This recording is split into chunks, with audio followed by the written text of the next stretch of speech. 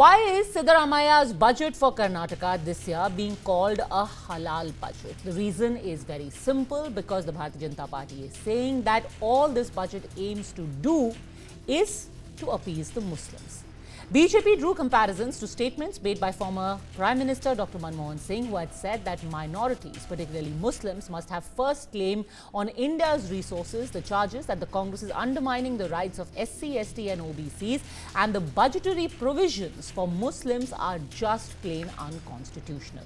An edited image posted by the BJP shows the Chief Minister wearing a skull cap, and the budget itself is being called a halal budget. But what is the controversy about? What is this appeasement that is being underlined? The budget basically has earmarked 1,000 crore rupees for minority development.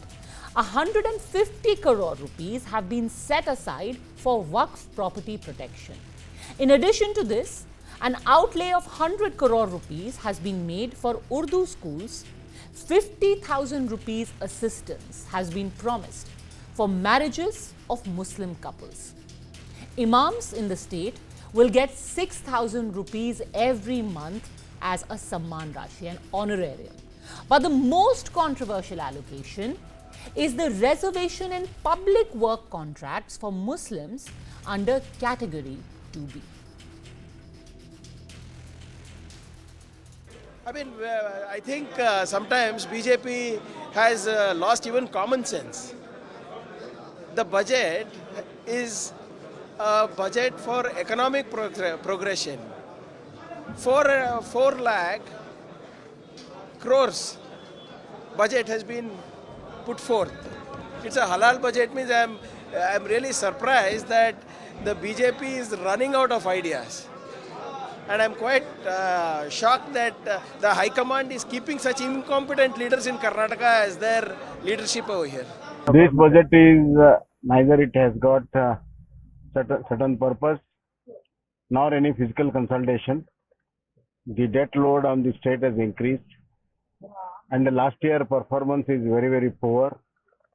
It is pushing the state into a financial crisis. It is anti-constitutional. Congress party हमेशा से ही तुष्टीकरण की राजनीति करती है, और जो कर्नाटका सरकार में देखा जाए तो इसके कई बार उदाहरण दिखने को मिलते हैं।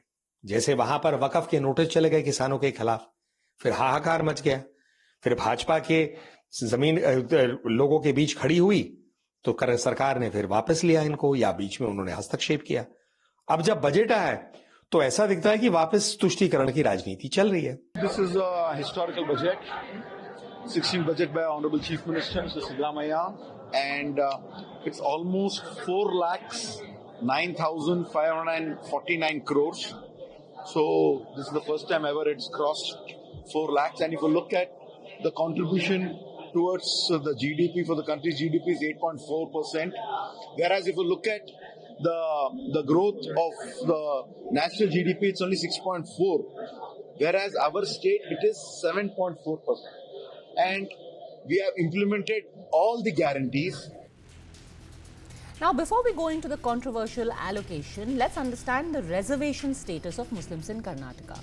In Karnataka, reservations are made under Scheduled Caste, Scheduled Tribe, Category 1, which includes the most backward, including 17 Muslim communities.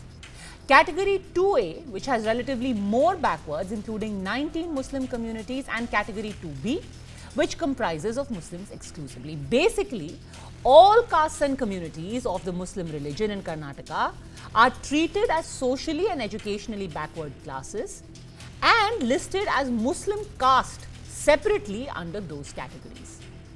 Incidentally, Prime Minister Narendra Modi had made this claim against the Congress nearly a year ago on the election campaign trail that the Congress was going to bring in reservation on the basis of religion.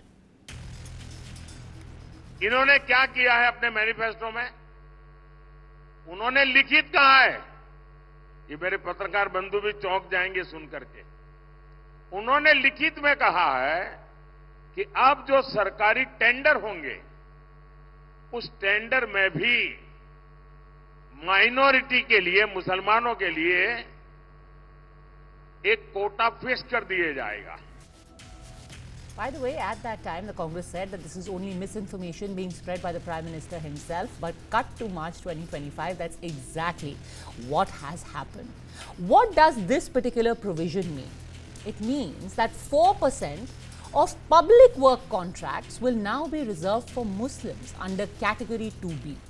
These contracts will be up to 2 crore rupees. 4% will be kept for Category 2B in public procurement of goods and services for up to a sum of 1 crore rupees. Similarly, land will be reserved in industrial area for Category 2B.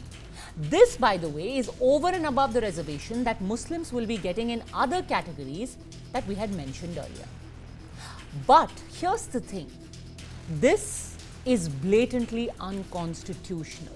By most standards, most experts have opined that this does not comply with the Constitution, which makes it clear that there can be no reservation given on the basis of religion. The Supreme Court echoed this in the R.C. Podyal versus Union of India 1994 judgment and said that if a provision is made purely on the basis of religion consideration for the election of a member of that religious groups on the basis of a separate electorate, this would be wholly unconstitutional. In December last year, the Supreme Court had observed that reservations cannot be given on the basis of religion, and this observation was given in a case of West Bengal government giving OBC status to some Muslim communities.